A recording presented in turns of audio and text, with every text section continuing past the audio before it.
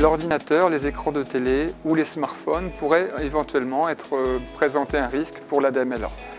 On sait que ce type d'écran envoie notamment de la lumière bleue dans les yeux des patients, et on sait que la lumière bleue, par des études qui ont été menées sur des animaux, également sur des cellules humaines en culture de la rétine, est toxique pour ces cellules, donc pourrait être toxique pour la rétine des patients. Néanmoins, il faut tempérer la réponse en disant que les patients âgés, notamment ceux qui sont à risque de DMLA, ont souvent des opacités du cristallin, ou s'ils n'ont pas des opacités du cristallin, ont souvent été opérés, puisque l'âge moyen, par exemple, de la DMLA exudative, c'est aux alentours de 75-78 ans. Donc ces patients-là, a priori, comme ils ont un cristallin opacifié par une cataracte ou un implant qui possède justement des filtres lumineux, en général, ces patients-là sont plutôt protégés.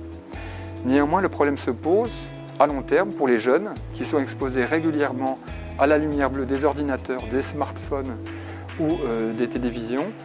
Justement, cette exposition à long terme pourrait peut-être être un facteur de risque de développer une DMLA 30 ans, 50 ans plus tard. Notamment, ce qui est fait actuellement par les fabricants de lunettes,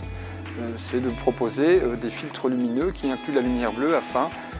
d'éviter cette exposition à long terme, potentiellement nocive pour la rétine.